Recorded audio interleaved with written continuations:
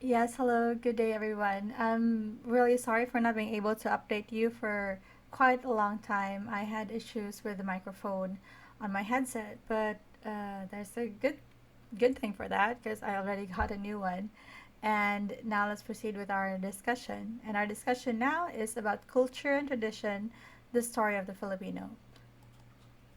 We'll be talking about the learning outcomes and what our target for this topic is. And by the end of this chapter, you are expected to 1. Evaluate literary texts through reflective performance tasks creatively and critically through literary lenses. What are literary lenses? These are structuralism, feminism, Marxism, post colonialism, and, and the like. And of course, secondly, you should value the Filipino cultural heritage. This is the majority of the purpose of Filipino literature is for us to be able to value our culture, but more so in this story and our next chapter. Now, our main topic for all of these chapters, or for this chapter rather, is literary theories. We'll be talking about literary theories. What are they? These are theories that are used to analyze a work of literature. These are theories that are used to make sure that the reader would actually know how to understand a work of literature. You don't just read the literature and not actually interpret what the work is about. So we'll be talking about literary theories. I'm not sure if you have encountered that in your senior high school or in your high school about literary theories, but these are theories that are very important and can be applied in any research. It can help you with your comprehension, especially when you are studying or reading a work of literature. So let's go first with our first literary theory, which is the most common literary theory. And I'm pretty sure this has been applied even when you were in high school. So the first one is reader response. Now, reader response is, of course, it centers on the role of the readers, and it's for them to be able to give their own interpretation towards a given literary work. What does this mean? It means that you, as a reader, should be able to interpret by your own. That means it's subjective. How you understand a work of literature. That is reader response. So, readers play an active role in the making of meaning of the literary works. This is what the reader's response theory believes. Reader's response theory focuses on how readers make meaning on what happens to us as we read. So if especially if you are an avid reader, or if you're reading a story, even if you're not an avid reader, if you're reading a story, sometimes there are moments where you actually more or less relate or picture being that character or having a familiar situation as that character. So that is another example of reader's response. It's when a person is reading and the events in the literary text would then be interpreted by the reader based on their personal beliefs and experiences. Such is this connection that can hinder or help interpret the literary text. So, I'll give you one example. If you are a reader, or if you are a fan of romance, you start reading and you actually feel that kilig moment when the main character would interact and have this romantic moment with the female lead or the male lead. So you might be that type of person who enjoys romance novels or romance stories. It's the same thing. If you are the type of person who is very critical when it comes to romance, you're not a fan of romance, and you feel like, okay, this is very unbelievable, it doesn't really happen in real life, that's also reader's response. Like you read something, oh, you know what, this is unrealistic. I've been in situations like this, and this isn't true. So if you've had that kind of thing, that is considered as reader's response. It's one of the most common theories in analyzing a literature. How do you feel? It's usually mostly the questions asked after a story, right? If you were in the person's shoes, what would you do? How did this story make you feel? And that is an example of a theory in analyzing literature, which is commonly used in the general or minor art subjects, especially when it comes to literature and analyzing it. It's called reader's response. The next theory is structuralism. What is structuralism? It means that society has its own structure and system. This talks about a structure from the root word structure. Now, structuralism is, or it shows or sees that society has its own structure and system. It seeks to understand or explain the reality in the society through social structures. This means that, for example, you see something, and it's not just social structures, it's more or less like linguistic or something that triggers or makes it become more familiar.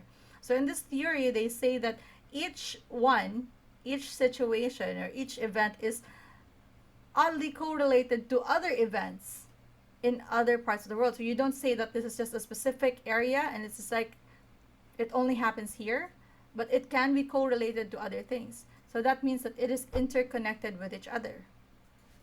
So, for example, when one tends to see a structure, a pattern, a system in literary work, each pattern is a binary opposition or societal structure. So, for example, when you are watching a horror film, that's a very common thing, right?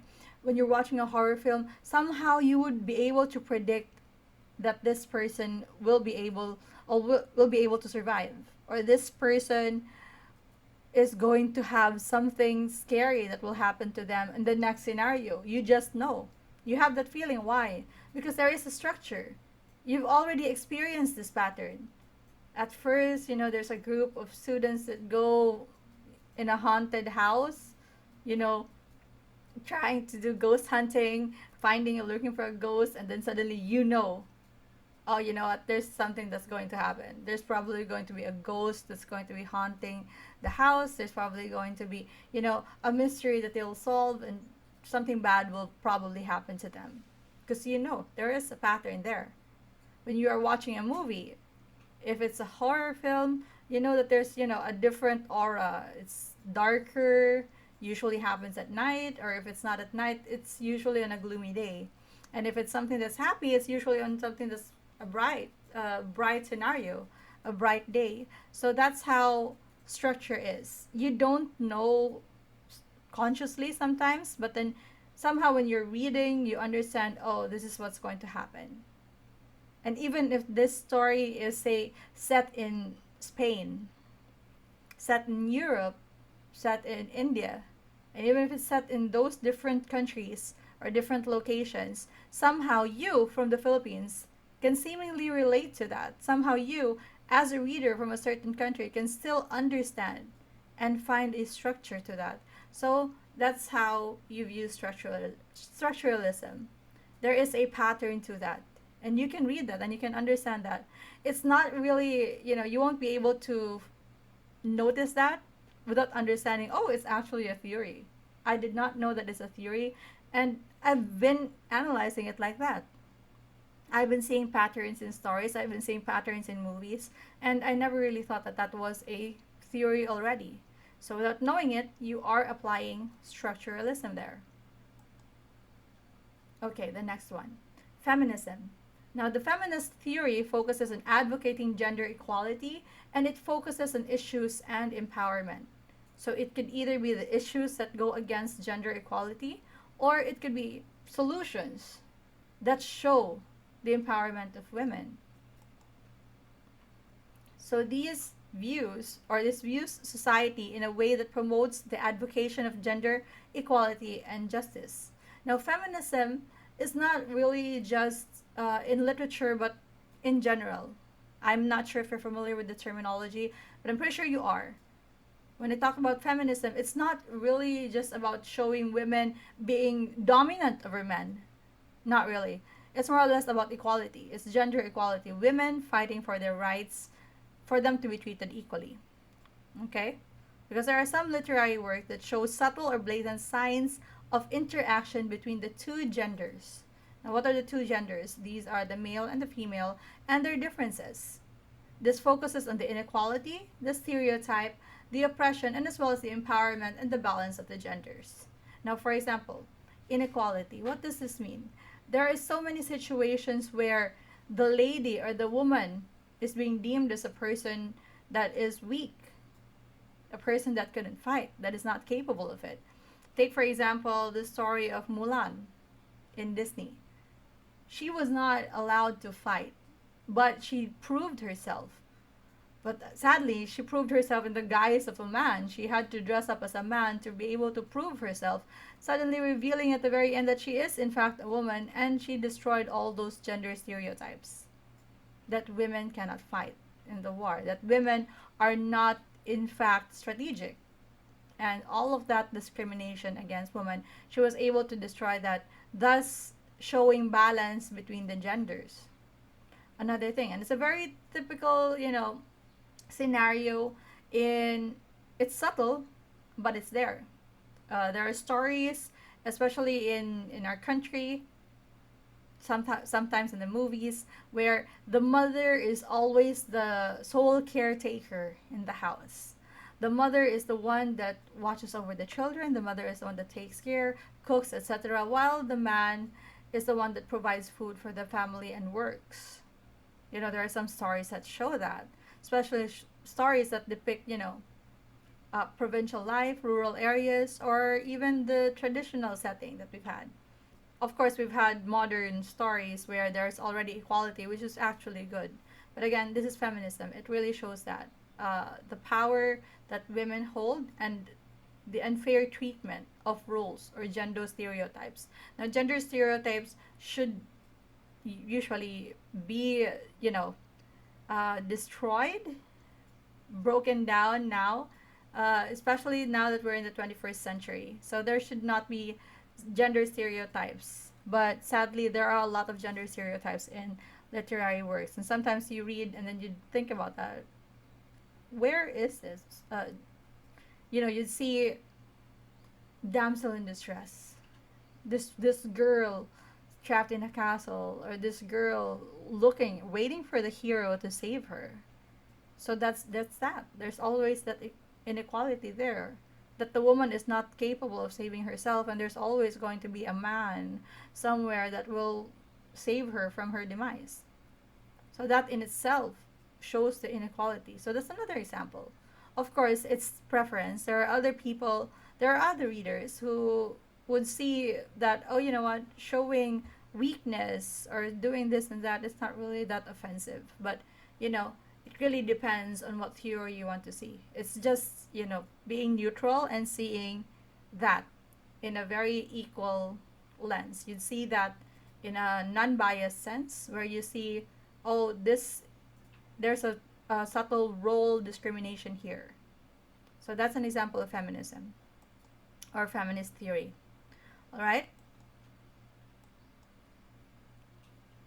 We have the fourth one, which is Marxism. This is the connection between a literary work and the economy. Now, the Marxist theory shows different social classes, and somehow, in some literary works, there are depictions of that. The different social classes where each individual belongs to a certain class. Maybe not common in other stories, but somehow some stories do show the social class of the characters. The main character, the supporting character, probably, poor, rich, middle class, high class, lower class, upper middle class, all of those different classes. So literary representations of workers and working classes. But it's not really just that. It's more so about the entire economic background or economic class of the character. This shows the economic standing or difference of and between characters. In some cases, economic oppression is highlighted. What is economic oppression? Economic oppression shows, there are stories and scenes that show that these lower classes, the people who are financially challenged, are being discriminated upon. It's not that common, but there are some stories that show, for example, a very rich person insulting or degrading a person who is poor. That is economic oppression. A boss, a high-ranking individual, belittling a helper or a maid or a driver, that's called economic oppression. So there is always that difference between the class, and it can show sometimes subtly, not so obvious when I say subtle, or sometimes very obvious. Probably that's the purpose of the writer. That's the writer's purpose. Sorry, that's the writer's purpose, to really show that there is that difference between, a high class person and a person that's lower class. And there's so many things that show instances, even in just a typical high school setting. You'd see the bully who's actually very rich, with rich parents and all of that, and this person that's being bullied who's actually living in this smaller house in shambles probably. And it's there. It's that obvious, especially in scenarios where we can really see it or relate to it. For example, here in the Philippines, where we have different classes. The last one is psychoanalysis. Now, we will go a little bit in depth on psychoanalysis because this is a really uh, complex theory. So let's talk about psychoanalysis. This is the internal struggles and conflicts of the characters involved in the story. So it seeks evidence of unresolved emotions, psychological conflicts, guilt, ambivalences, and opportunity to analyze motivations. For example, anxiety, sexual, fear, or unconscious driven. So any thoughts that connect to this character. So basically, we are going in depth in the mind of the character. You are stepping inside and you are being the character, thinking like the character, being the shoes of the character. For example, psychoanalysis have evidences of a character's past, such as childhood trauma, struggles, sexual conflicts, and fixations, and all portrayed and given in the literary text. Others depict the unconscious desires, their fears and anxieties, sometimes through dreams, flashbacks, internal conflict, or even symbolism. It really depends on the literary work that you're reading and how the author portrays such a character. And we're talking about psychoanalysis not just in the main character, but it can be at the side character and even the villain, especially the villain. It's very interesting to actually do psychoanalysis on the villain, a person who, uncontrollably became bad. Did that person become bad in the first place by choice, or did this person become bad because there were so many scenarios that spurred him or her to become this villain? So that's psychoanalysis. Now let's talk about dreams. So there are some dreams, or there are some symbolism or flashbacks that show, especially when there are dream scenes in the story. We have two ways in actually psychoanalyzing it. Actually, there are four, but then two major ways in psychoanalyzing dreams. So take, for example, condensation. So we have two ways, and that's condensation and displacement. Now the first one is condensation. Condensation is a representation of thoughts or persons in a single image.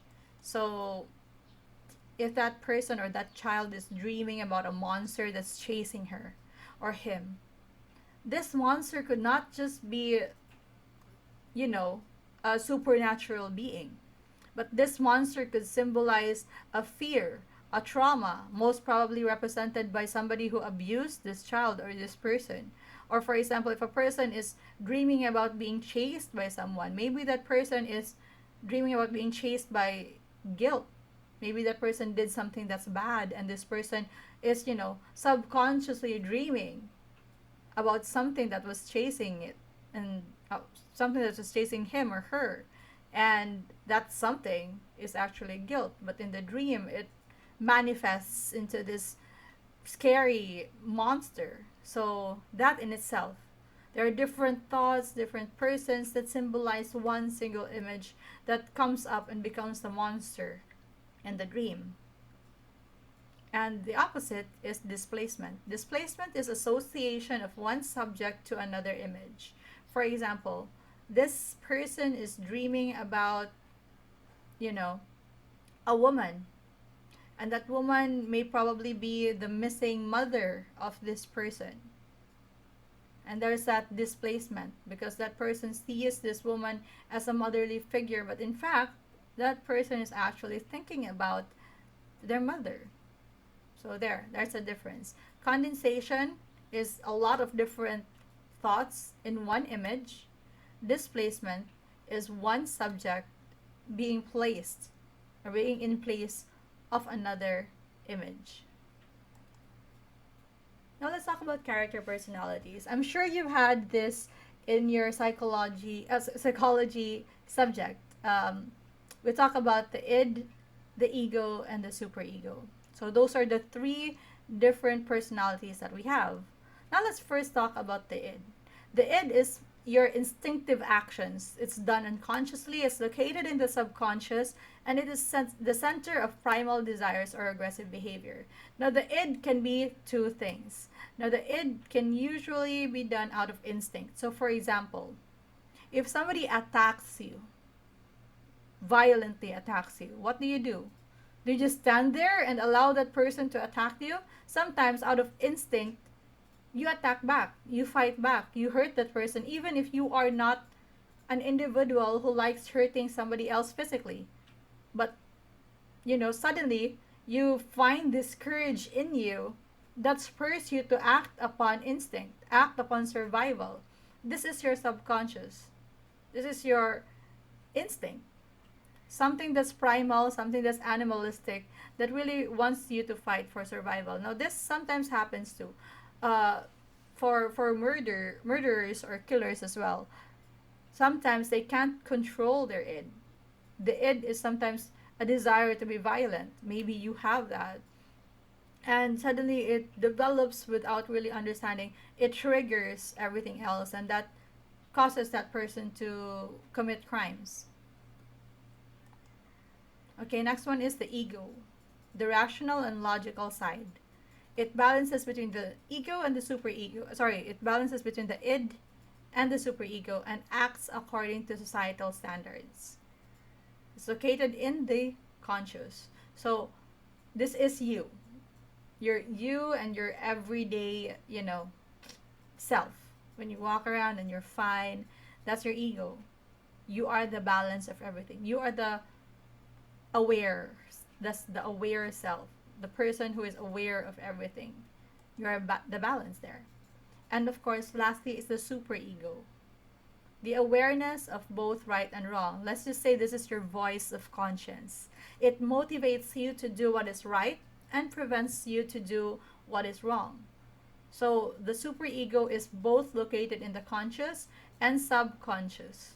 Why do I say both conscious and subconscious? Now, for you, being in the ego self, for example, you exist. You are there. But if you see someone being hurt, if you see someone being abused, and suddenly you feel this innate courage to butt in, join in, try to save that person, or you try to be in the middle of this argument, it's not you, it's not your ego, it's not your personality. You don't like conflict, but somehow you find yourself being in the middle of this discussion. You find yourself being in the middle of this argument, even if you're not personally involved with it. That's your superego. That's your superego dictating that you should act on something that's morally right. And morally right is standing up for that person that's being abused. So that's a mixture of your conscious and your subconscious. Just right there. So the id is your, primal, unconscious, a little bit violent self. The ego is, the aware self, and the superego is your moral self. Now let's talk about the reading. Since we're already done with all the theories, let's talk about a story that we will be encountering where I believe that all the theories may be applied. So now that you are aware of some of the basic theories, it's time for us to read a literary work. Now this literary work is called Footnote to Youth. Now Footnote to Youth is written by Jose Garcia Villa, a multi-awarded short story writer and critic, as well as a Filipino poet and writer.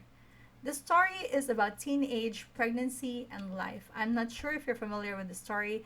It's not really encountered by a lot, mainly because there's a little bit of taboo to it since it discusses and talks about teenage pregnancy.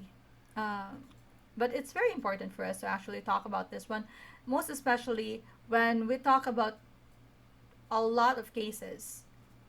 It's not, uncommon, where there are a lot of cases where young people get pregnant early. So it talks about that. It's the realistic struggles when having a family at a young age. So I will be uploading the story in PDF in our Facebook group, and I will also be uploading the story as well to your class representatives. Please read the story, and I want you to answer the questions in the comments in our posts under our class, please. And please make sure to follow the format. I've already uploaded the format, the name and all of that. Please follow the format so that I would be able to know, because we have had issues where some of the students joined a different Google Classroom. Thus, in my record, that student was zero, when in fact the student was answering, but answering in a different class. So, yes, we've had issues like that. It's so hard to keep track of everyone, just to be honest. There's a lot of you in one section, and that's just one section, and there are so many sections that we're handling, and especially if you don't belong under me as an instructor, that would be more of a complication. So please follow the format that I've already given you, and here are the questions. So after you read the story Footnote to Youth, answer these questions. The first question is, if you were Dodong, this is the main male character, would you allow your son to marry at a young age, just like you did? So is it a yes or a no, and why? So it's really, there's no right or wrong to this. Just I want to hear your thoughts. Don't copy from the internet. Don't get sources from the internet. This is you as a person. Reader's response. What would you do? If you were in the side, or if you were in the shoes of Dodong, would you allow your son to marry at a young age? And of course, the next one is, what lesson did this story teach you? What lesson did this story teach you? Those are the two questions only that you have to answer in the comments. Again, you don't really need to have a lengthy answer. I don't score my students by length of the answer. I score my students by content of the answer. 10 points for the first one, 5 points for the second one. Anyway, if you have any questions, please go ahead and direct them to your class representatives, who will then raise them up to me. So thank you for watching. Goodbye, and God bless us all.